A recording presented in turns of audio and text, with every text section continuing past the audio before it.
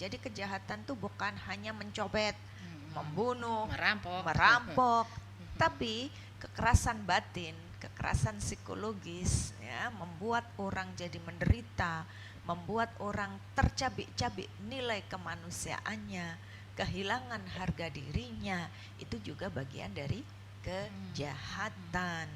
Suami merendahkan istri merendahkan suami, itu tidak diperbolehkan. Itu yang disebut kejahatan. Sehingga yang namanya kejahatan itu bukan hanya mukul, nyepak, nah apalagi kalau sudah sampai fisik jelas itu ya. Itu loh, ketika perempuan menyerahkan hidupnya pada laki-laki, lupa bahwa seorang muslim harusnya bergantung hidup kepada Allah. Maka hartamu adalah milikmu, hakmu mulai awal dibicarakan dalam rumah tangga supaya cinta kasih itu tetap terawat selamanya. Dan seandainya maaf suatu hari terjadi kekerasan, terjadi kezaliman, terjadi ketidakadilan, kita masih punya daya untuk menyelamatkan diri, bergantung pada Allah. Itu pentingnya Allahus Somad. Hanya bergantung kepada Allah. Assalamualaikum warahmatullahi wabarakatuh, sahabat Madinah dan juga Anda penikmat YouTube podcast Madinah TV. Dengan iman hidup menjadi terarah, dengan ilmu hidup menjadi mudah, dan dengan seni hidup menjadi indah. Bersama dengan Bu Nyai Dr. Haja Lulu Faridah Mukhtar, SAG MPDI. Assalamualaikum Neng Lulu. Waalaikumsalam warahmatullahi. Ya Allah, sehat ya Neng ya? Alhamdulillah. Kan kondisi tidur ya? tidur. Ini matanya merah nih. Kondisi cuaca itu kan kadang nggak bersahabat nih, hujan terus. Itu pagi-pagi udah gerimis nih. Ya, hari ini mendung tapi hati kita tidak boleh mending. Tidak harus boleh cerah mendung, dan harus cerah. Alhamdulillah. Monggo Ning buka dimanya dulu. Baik.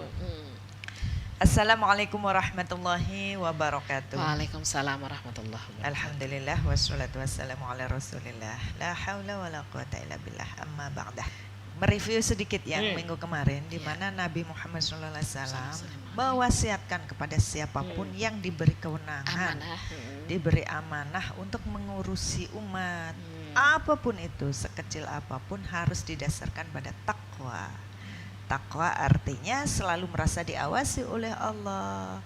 Karena iman kepada Allah, selalu merasa bertanggung jawab atas segala sesuatunya, karena akan dipertanggungjawabkan nantinya.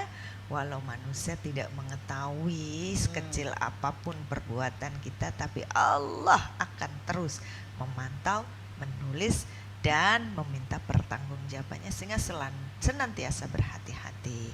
Yang kuat harus melindungi yang lemah, yang kaya harus menyantuni yang miskin. Yang lemah nggak boleh jadi beban yang kuat, yang miskin juga demikian. Jangan bergantung pada yang kaya.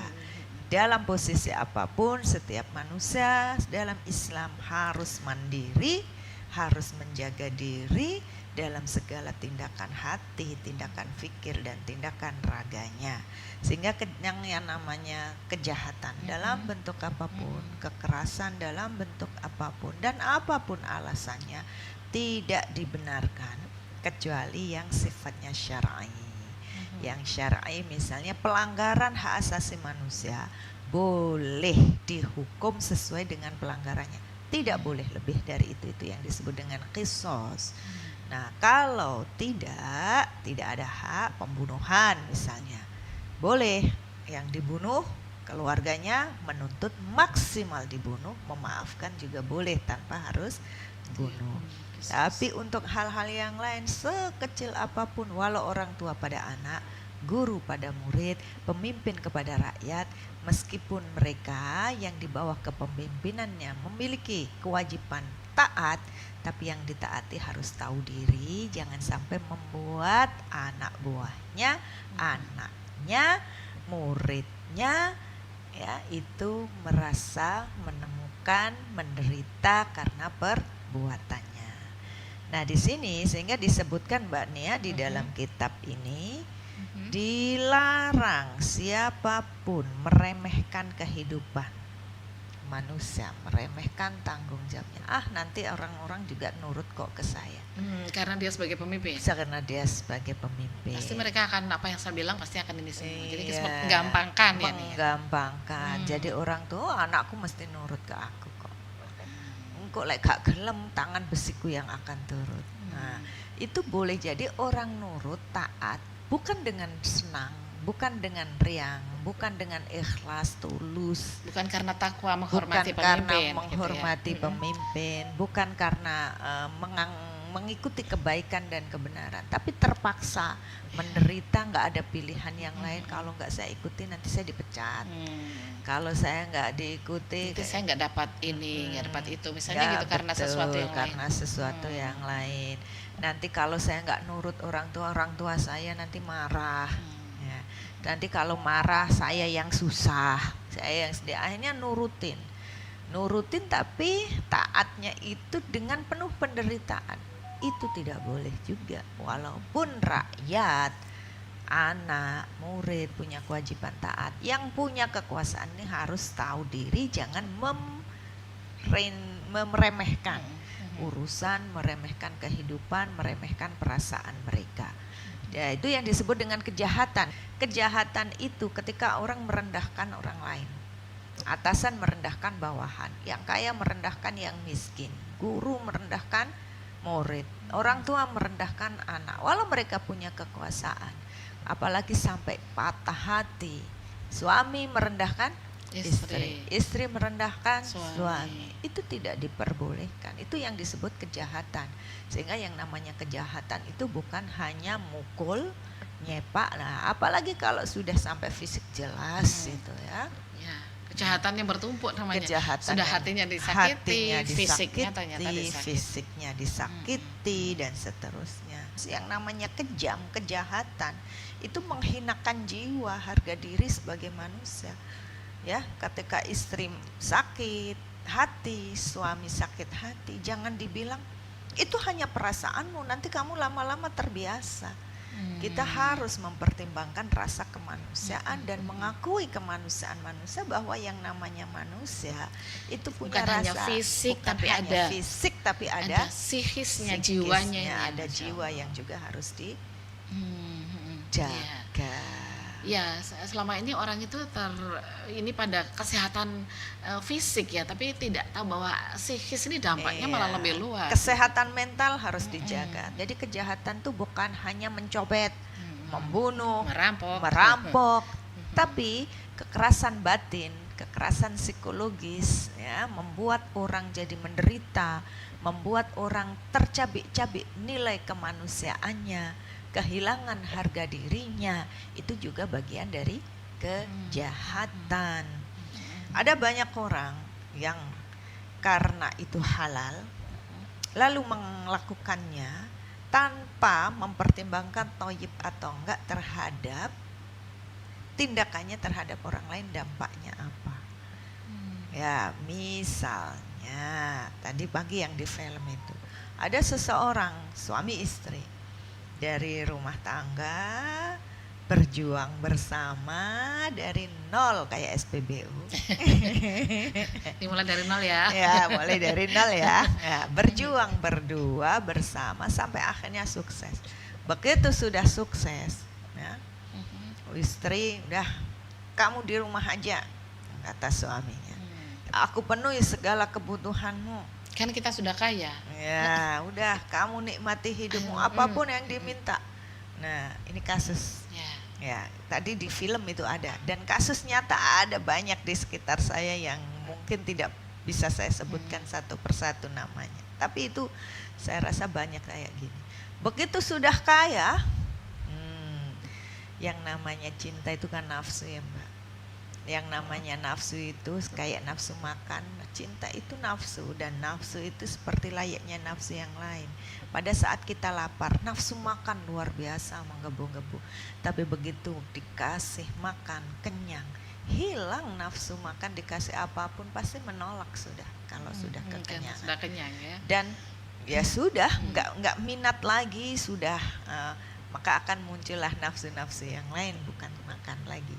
Ya. Demikian juga dengan cinta dalam rumah tangga, merawat cinta kasih biasanya.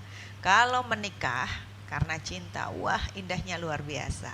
Karena tidak ada yang lebih indah dari cinta. Nah, begitu sudah berjuang bersama sekian tahun, punya anak, masalah dihadapi banyak sampai akhirnya sukses. Ya. Kemudian suami merasa punya kuasa atas dirinya, kuasa atas istrinya, merasa menjadi pemimpin, apalagi diberi hak Allah lebih, ya. Punya kekayaan yang lebih tadi, Punya padahal kekayaan, perjuangannya bersama. perjuangan bersama, kemudian diberi hak lebih untuk menikah 1, 2, 3, diberi hak lebih untuk menalak juga, ya kan, menceraikan. Kalau perempuan mau cerai kan harus gugat dulu. Kalau laki-laki ngucap aja sudah. Ya kan? Ada kelebihan-kelebihan yang Allah berikan secara hukum syariat. Tapi kan tidak hanya hukum syariat halal haram, di dalam menikah itu harus dasarkan takwa. Orang yang bertakwa tidak hanya menggunakan kekuasaannya. Aku boleh kok mau berlaku gini, begitu kaya akhirnya apa? Cintanya meluntur. Istrinya sudah menua, kemudian sudah dianggap tidak berguna karena dia sudah bisa memenuhi semua kebutuhannya, dan istri jadi bergantung secara ekonomi kepada suaminya, dan pada saat itu punya kekuasaan segala-galanya atas diri istrinya. Apa yang terjadi? Ini kisah nyata juga. Dicerai. Ya, mending kalau dicerai. Izinkan aku kawin lagi. Istri tidak mengizinkan, kamu atas dasar apa misalnya, ya, menikah lagi. Aku sudah mampu dan kamu sebagai perempuan harus menuruti, harus taat. Nah, kebutuhanmu aku penuhi semua tanpa mempertimbangkan perasaan dan perjuangan. Halal nikahnya. Tapi menyakiti manusia tetap ada hisabannya.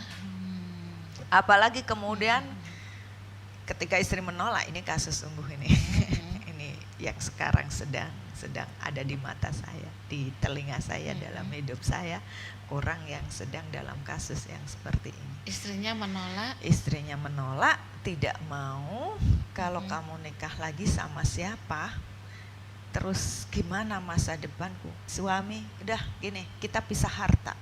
Setelah kaya, pisah harta, dibawa ke notaris, semua harta diakukan milik suaminya karena istrinya yang tadi dianggap tidak bekerja, hanya ibu rumah tangga, padahal modalnya dari nol tadi itu berdua sama istrinya, bahkan modal harta dari keluarga istrinya. Tapi karena dianggap ngurus rumah tangga itu dianggap nganggur, padahal ngurus anak, ngurus makan, ngurus rumah itu harusnya kan digaji. Nah, ini kelemahan orang Indonesia. Tanda tangan saja tuh perempuan, semua harta milik suaminya, dan bukan hanya itu, begitu istrinya merasa disakiti, ya namanya manusia, sesabar-sabarnya ketika disakiti juga akan berteriak. Dan ketika berteriak, makin kekerasan terjadi, kekerasan fisik sampai kakinya patah. Masya Allah.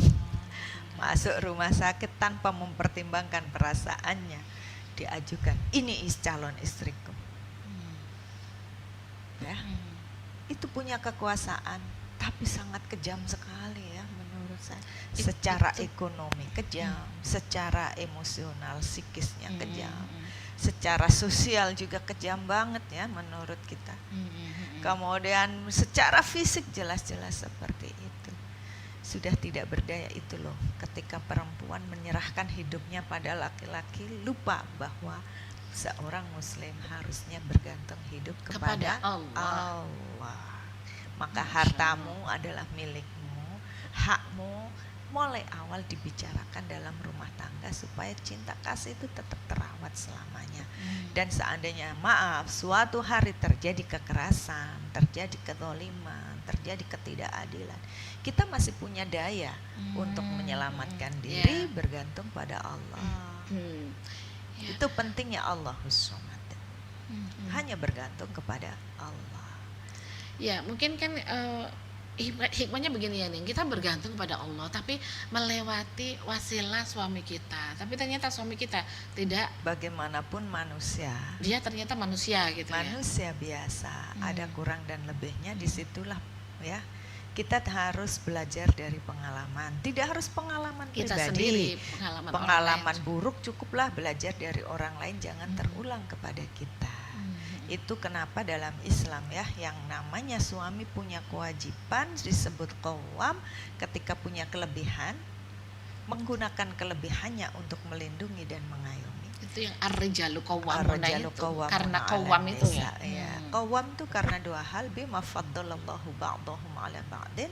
Mungkin ada keunggulan, ada kelebihan, dan ini harus digunakan sebesar-besarnya untuk kemaslahatan orang-orang yang ada di sekitar, bukan untuk memperberat haknya lalu kewajiban kepada orang lain untuk memenuhi haknya tanpa harus mempertimbangkan rasa, logika, dan nilai-nilai kemanusiaan lainnya. Yang kedua, wabima anfaqu, karena menafkahi. Anfakum min amwalihim, loh, dari harta suami, bukan dari harta istri, bukan dari harta bersama. Kalau harta bersama ya harusnya itu yang disebut sonogini, separuh 50-50.